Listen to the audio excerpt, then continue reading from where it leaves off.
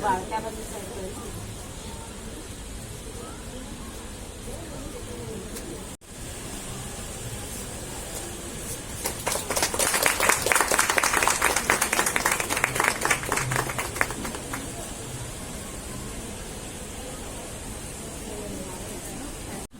The foundation has been conducting, and since we started way back in 2017, and this from where we started initially as a small initiative to make Mulund plastic free.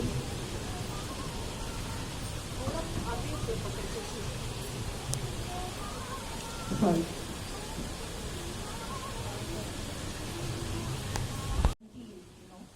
As a small initiative to make Mulund plastic free. Today, in 2021, we've come a long way. We've grown much, bigger and better. So, what does Atak Foundation do? That is something which all of you should definitely know. So, what Atak Foundation does is working around sustainable solutions for plastic waste management. And what exactly we do is we run monthly collection drives for plastic, and we receive plastic from housing societies and others in Mulund and nearby areas. And this plastic that is collected is transported to a company which has a plant in Pune. And there this undergoes certain processing. And this process that undergoes at the plant is a pyrolysis and a gasification process. So this actually generates high-speed diesel, and also the heat that is generated from the process, generates electricity. And also there is no harmful residue that happens under this process. So end to end we have a solution, and this is an environment friendly process, and this is what mainly the Atak Foundation has been doing in the last few years in terms of trying to help our environment get a better and a clean environment for tomorrow. That is, and in fact our mission is actually now a zero garbage city. That is our key mission. And how can we do it? Under the able leadership of our chairperson and founder member, Mrs. Asmita Gokhale, who's right here with us, and a strong team of volunteers and the core team, and of course the support of all our well-wishers. We've reached this far, and we definitely would like to go step by step, to achieve our mission. And in fact, one important aspect I want to bring to everyone's attention is, we've also got this year the ATG recognition, so which means, now the foundation or the NGO can also accept contributions from the public to help us, grow in our mission. And we are very confident, that with the help and support of all our well-wishers and all our, plastic warriors that we have in Mulund and around, that we will achieve, our mission. And what we want from all of you gathered here today is, kindly spread the awareness, of Atak Foundation. What is the foundation about and what we do? It'll really help us in a big way. Thank you so much. Real लाईफचे heroes celebrities असे आपण साठी एक्झिबिशनसाठी एक प्रमुख पाहुणे म्हणून आपल्याला लाभत होते. पण आज आपलं खूप खूप भाग्य असं आहे की आपल्याला रिअल लाईफ हिरोज आपल्या प्रमुख पाहुणे म्हणून लाभलेले आहेत. Sachin Oak sir, lieutenant colonel Sachin Oak हे आपल्याला आज प्रमुख पाहुणे म्हणून लाभलेले आहेत, आणि त्यांच्या ओळख रिअल लाईफ हिरो ह्याच्या व्यतिरिक्त आणखी एक नुसती दुर्बी आपण म्हणू एक फॉर्मल ओळख व्हायला पाहिजे, म्हणून मी त्यांच्याबद्दल सांगणार आहे. Sachin Oak served in the Indian Armed Forces for 23 years. During the service in the army, has served in a vast multitude of fields and terrains. Served in Operation Vijay, popularly known as Kargil War, in Batalik sector of Jammu and Kashmir. Served for 3 tenures in Jammu and Kashmir. Was the station engineer in the Indian Antarctic Station Maitri for a continuous period of 16 months. Had the privilege of serving as a garrison engineer at Vizag Eastern Naval Command. Raised and operationalized a tank-based squadron of engineer equipment in the deserts of Bikaner. He is a proud recipient of the Chief of Army Staff Commendation Card for replacing the worn-out station central heating system based on boilers at Maitri, Antarctica. Welcome, sir, and we are very proud that we have you as our chief guest for this exhibition. Thank मी ठाणेवासी आहे पण मुलुंडला येतो मध्ये मध्ये. माझं नाव colonel Sachin okay. मी retire झालो 2019 साली फेब्रुवारीमध्ये. मी पूर्ण प्रयत्न करेन की संपूर्ण मराठी बोलेन पण मध्ये मध्ये कदाचित चुकेन. याबद्दल मला अजिबात अभिमान नाही आहे परंतु प्रयत्न नाही करतो. मला सांगितलं गेलं की आज पहिल्यांदा इथे कोणी आर्मी ऑफिसर इनॉग्रेट करायला आला आहे किंवा उद्घाटन करायला आला आहे. तर ॲक्च्युली हल्ली आपण बघतो जे गेले 8-10 दिवस जो टी व्हीवरती किंवा मीडियामध्ये आपण जे पाहतोय वाचतोय त्यात सारखं म्हणतात की रिअल लाईफ हिरोज कोण आहेत. मी म्हणजे रिअल लाईफ हिरो प्रत्येक तो आहे माणूस जो देशाकरता लढतो आहे आणि झटतो आहे. त्याच्यात तुम्ही सगळे पण आहात कारण आपल्या सगळ्यांमुळे देश वरती येतो. So real life hero is each one of us. प्रत्येक जण जो इथे उभा आहे तो रिअल लाईफ हिरो आहे. त्या प्रत्येक हिरोच्या मागे कोणतरी फार पूर्वी म्हणून गेलं आहे की behind every successful man and a heroic man there is a woman.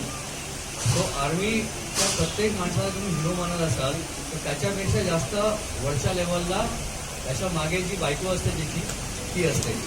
कारण ती आहे म्हणून तो तिथे आरामात काम करू शकतो. अदरवाईज इथल्या चिंतेमुळे तो तिथे काम करू शकणार नाही. सो इन एव्हरी फॅमिली जे आपण नेहमी म्हणतो की आपली जी अर्धांगिनी म्हणतो ॲक्च्युली अर्धांगिनी असते आणि आर्मीमध्ये त्याचा जास्त प्रकर्षाने आम्हाला जाणीव होते. तर आम्ही अनेक वेळा अशा ठिकाणी असतो जिकडे कुठे आहोत हेही सांगू शकत नाही ना बरोबर घेऊन जाऊ शकतो कोणाला. पण आम्ही तिथे असताना घरचं सगळं पाहणं मुलांचं सगळं पालन पोषण करणं हे सगळं स्त्रीवरती येतं आणि ती आमच्यापेक्षा जास्त किंवा काम करते. So we must salute each and every lady who takes care of the family in absence of the army man when is not there at home. आणि तुम्हाला सगळ्यांना मी एक अपील करू इच्छितो. इथे पेरेंट्स आहेत त्याच्यानंतर जे आर्मीत किंवा नेव्ही किंवा एअरफोर्समध्ये किंवा एनी युनिफॉर्म सर्व्हिसमध्ये जॉईन होऊ शकतात की it is not just a career option, it is a way of life.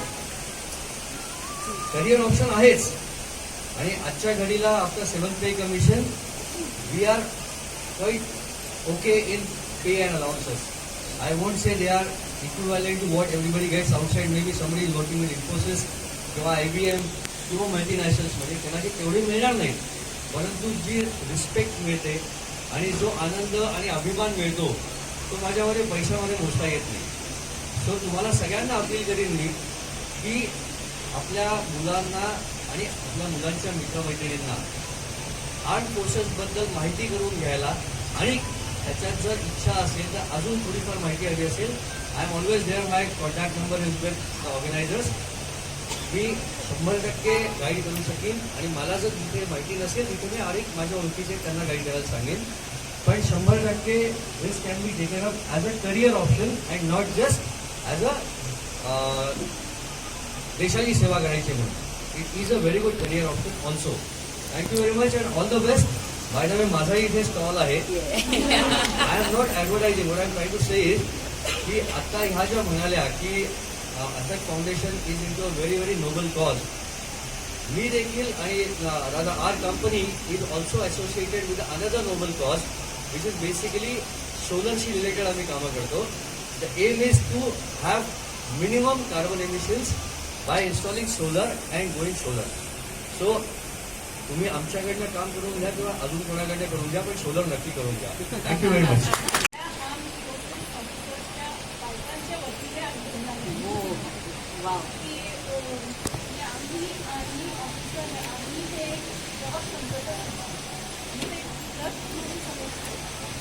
आणि त्याप्रमाणे आम्ही काम करत जातो. जे काही येतं ते आम्ही बघत करतो आणि करत जातो. फक्त करत जातो. म्हणजे त्याच्यामध्ये आमचं काही स्वार्थ नसतो. आणि असे 5-9 पर्यंत झाल्यानंतर एक अंतिम पद म्हणून हे शपथ घेतात किंवा अंतिम पद असतो. तो अंतिम पद क्रॉस केला तर ते आधीच ते देशात मग ते आमचे राहतच नाही. मग ते आम्ही देऊन टाकलेले असतात असं म्हणता येईल. त्यानंतर आम्ही घर आणि बाकी आम्ही प्रे करतो for the entire arm forces सगळ्यांसाठी आणि पोस्ट एन्टायरमेंट सुद्धा आम्ही तेच करतो. ही फ्रेटर्निटी सेफ राहतो. त्यामुळे ते काय म्हणता येईल त्याला एक स्वतःच सेफ आहे. तर अशी व्यक्ती येईल आपल्या इथे की त्याच्यामुळे आपल्याला धन्य झाल्यासारखं वाटेल. आणि आथर्व फाउंडेशन ऑलवेज जेव्हा आपण काहीतरी वेगळं काम करायचं म्हणतो ना, त्यावेळेला आम्हाला खरंच ज्यावेळेला त्यांचा स्टॉल आम्ही येतोय म्हटल्यानंतर त्यावेळेला पहिल्यांदा सुचेताच्या आणि आमच्या मनाच्या पूर्ण टीममध्ये लक्षात आलं, कशाला जायचं ना हिरोच्या मागे. रिअल हिरोज इथे असताना आणि ते इतके डाऊन टू अर्थ असतात की असं आपल्याला मुद्दाम मी कोणीतरी आहे असं सांगायची गरजच लागत नाहीये. ते आल्यानंतर त्यांच्याबरोबर त्यांचं वलय जे आहे ना, खरोखर इतकं डाऊन टू अर्थ असणं ॲज अ म्हणजे काय सर्विंग आपल्या देशासाठी सर्व करणाऱ्यांचं. आणि आपला नवरा बॉर्डरवर देशाला स्वातंत्र्य म्हणजे सुरक्षित ठेवण्यासाठी लढतोय हे माहीत असताना पुन्हा येणारे नाही येणारे या सगळ्या काळजीत असताना सुद्धा आपल्या घराची आपल्या मुलांची काळजी घेऊन जी ठामपणे उभी असते ती त्यांची अर्धांगिनी. असं कपल आपल्याला आज इथे ओपनिंगला मिळावं यासारखं आजचं दुसरं भाग्य नाही. खरंच we are blessed for that. Thank you very much. तुमच्या पुढे खरं तर मला बोलायची म्हणजे माझी हिंमत होत नाहीये, पण फक्त एवढंच सांगते, आजपर्यंत आपण जे स्टॉल हे जे एक्झिबिशन करत आलोय Atharva foundation, main aim is zero garbage. Please don't forget.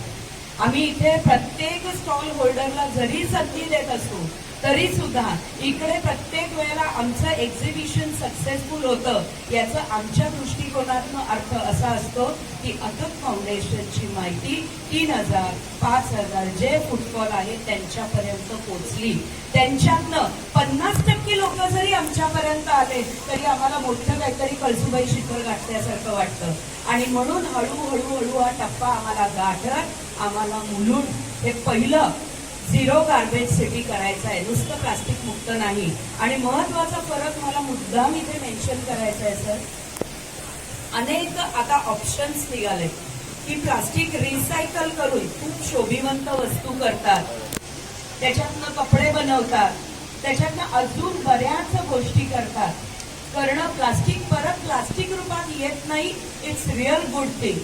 But make sure जेव्हा कधी या शोभेच्या वस्तू हे वापरलेले कपडे फाडून फेकायची वेळ येते तेव्हा ते लँडफिलला जात आहेत का याचा विचार करा. लँडफिलला जात असतील तर आजचं प्लास्टिक जे 200 वर्षांनी होणार आहे ते टाकल्यानंतर अजून 200 वर्षापर्यंत तिथेच राहणार. आणि ते प्लास्टिक म्हणून रिसायकलला पण कोणी घेणार नाही, कारण त्याच्यात दुसरं मटेरियल मिक्स असणार आहे. त्यामुळे आपण एखादी वस्तू घेताना हे एंड सोल्युशन आहे का, सस्टेनेबल सोल्युशन आहे का याचा विचार करा. तुमच्याकडनं तुम्ही प्लास्टिकच्या जर काही रॅपर देत असाल तर प्लीज टेल देम आम्ही तुम्हाला प्लास्टिक मधलं देतोय, पण हे प्लास्टिक इकडे तिकडे न फेकता प्लीज आथर्व फाउंडेशन आहे त्यांना परत द्या. आम्ही तिथे स्टॉल लावतो त्यामुळे आमची ही जबाबदारी आहे की आमच्याकडनं प्लास्टिक इकडे तिकडे कुठे जाणार नाही, पण ते लँड आमच्या आथर्व फाउंडेशन कडे जाईल. शनिवार सोडला उद्याचा की परवा रविवारी आमचा ड्राईव्ह आहे. आपण प्रत्येक स्टॉल होल्डरना पाण्याच्या बाटल्या देतो, पाणी प्यायला म्हणून लागतं, जरुरी आहे म्हणून, बरोबर आहे. सगळ्यांना रिक्वेस्ट आहे पाण्याच्या बाटल्या किंवा तुमच्याकडले असलेले कुठलेही प्लास्टिकचे डबे जे काही डिस्पोजेबल म्हणून तुम्ही आणले असाल की कचऱ्याच्या पॅकेट टाकून जाऊ, तर इथे दुसरी बॅग आहे, त्याच बॅगेमध्ये प्लास्टिकच्या पाण्याच्या बाटल्या किंवा काहीही प्लास्टिकचं मटेरियल टाका. एक बारीकसा तुकडा सुद्धा इकडे तिकडे टाकू नका, ही पुन्हा विनंती. आणि आथर्वला येस, आता एटीजी आम्हाला मिळाल्यानंतर तुम्ही जो 1-1 रुपया देताय तो तुम्हाला तुमच्या याच्यात टॅक्सला बेनिफिट म्हणून मिळतोय. आम्ही त्यातनं सुद्धा काहीतरी चांगलं करायचा प्रयत्न करतोय. माझी खरंच विनंती आहे, डोनेशन पण द्या, आथर्वला पुढे न्या, कारण जर तुमच्या सगळ्यांचा सपोर्ट मिळाला तर आणि तरच आमचं मिशन पण पुढे जाणार आहे. आणि हे एकदा एक सेट केलं एक्झाम्पल तरच ते हळूहळू मुंबईपासनं पुढे जा देशापर्यंत जाणार आहे. नुसतं स्वदेशीचा नारा पंतप्रधानांनी लावलाय म्हणून करणं ही गोष्ट वेगळी. स्वच्छतेचा नारा म्हणून घरातली स्वच्छता करणं ही गोष्ट वेगळी, आणि आपल्या घरातला कचरा जो आपण बाहेर टाकतो तो कचरा स्वच्छ करणं हा स्वच्छतेचा खरा अर्थ आहे. त्याला आपण सपोर्ट करावा अशी तुम्हाला सगळ्यांना मनापासून कळकळीची विनंती. सगळ्यांना मनापासून शुभेच्छा. All the best.